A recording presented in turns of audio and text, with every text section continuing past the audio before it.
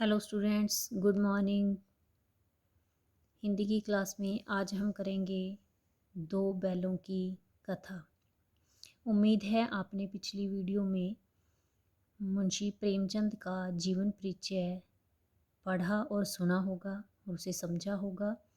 तो मैंने आपको बताया था कि दो बैलों की कथा जो है ये एक ग्रामीण जीवन के ऊपर किसान और उसके जानवर जो बैल हैं जिनसे वो खेती करता है उनसे रिलेटेड है।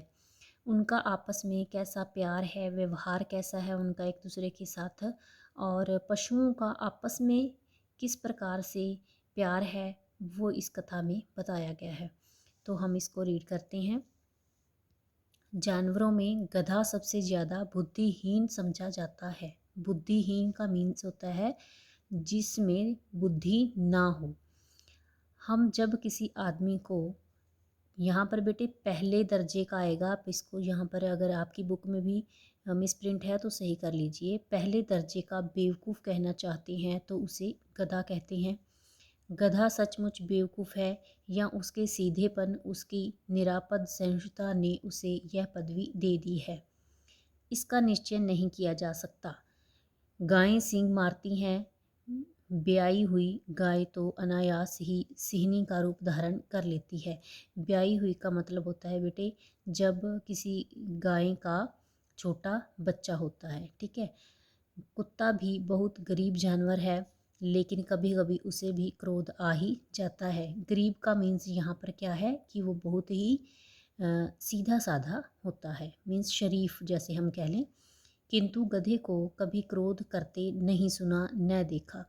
जितना चाहो गरीब को मारो, चाहे जैसी खराब सड़ी हुई घास सामने डाल दो, उसके चेहरे पर कभी असंतोष की छाया भी न दिखाई देगी। वैशाख में चाहे एक आध बार कुलेल कर लेता हो। वैशाख बेटे वैसाख का जो महीना होता है उसका नाम है यहाँ पर हमने तो उसे कभी खुश होते नहीं देखा। उसके चेहरे पर एक विषाद स्थायी रूप से छाया रहता है। विषाद मीन्स दुख। सुख दुख हानि लाभ किसी भी दशा में उसे बदलते नहीं देखा। ऋषियों मुनियों के जितने गुण हैं वे सभी उसमें पराकाष्ठा को पहुंच गए हैं, पर आदमी उसे बेवकूफ़ कहता है। सद्गुणों का इतना अनादर कहीं नहीं देखा। सद्गुण का मीन्स है अच्छे गुण। कदाचित सीधापन संसार के लिए उपयुक्त नहीं है। यहाँ पर लेखक क्या कह रहा है कि संसार में जो सीधे इंसान होते हैं, जो शरीफ इंसान होते हैं, दूसरों से चालाकी फरेब करना नहीं जानते, उसे लोग क्या हैं, बेवकूफ़ समझते हैं। देखिए न भारतवासियों की अफ्रीका में क्या दुर्दशा हो रही है। क्यों अमेरिका में उन्हें घुसने नहीं दिया जाता। बेचारे शराब नहीं पीते, चार पैसे कुछ समय के लिए बचाकर रखते हैं, जी तोड़कर काम करते हैं, किसी से लड़ाई झगड़ा नहीं करते, चार बातें सुनकर गम खा जाते हैं, फिर भी बदनाम हैं। ये बेटे लेखक ने उस समय की बात की है जब अफ्रीका में या अमेरिका में भारतीयों को ब्लैक डॉग्स के नाम से भी जाना जाता था, मतलब उन्हें बहुत ही नीच माना जाता था। अब भी कई देशों में ऐसा है कि गोरे और काले की जो रंग भेद की नीति है वहाँ पर होती है ना, तो उस चीज़ की बात यहाँ पर लेखक ने की है। कहा जाता है वे जीवन के आदर्श को नीचा करते हैं। अगर वे भी ईंट का जवाब पत्थर से देना सीख जाते तो शायद सभ्य कहलाने लगते। जापान की मिसाल सामने है।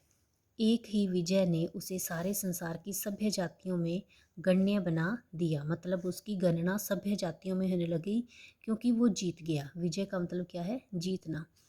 लेकिन गधे का एक छोटा भाई और भी है जो उससे कम ही गधा है, और वह है बैल।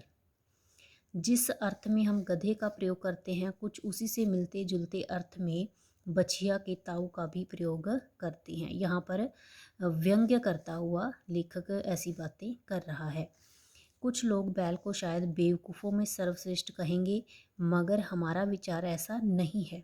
बैल कभी कभी मारता भी है, कभी कभी अड़ियल बैल भी देखने में आता है और भी कई रीतियों से अपना असंतोष प्रकट करता है। रीतियों मैंने ढंग से, अतएव इसका स्थान गधे से नीचा है।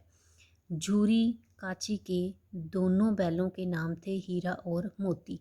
झूरी बेटे यहाँ पर इस कथा का एक पात्र है, ठीक है, मेल पात्र है ये, ठीक है। उसके दो बैल हैं, उनमें से एक का नाम हीरा है, एक का नाम मोती है। उन्हीं के ऊपर सारी कथा बेस्ड है।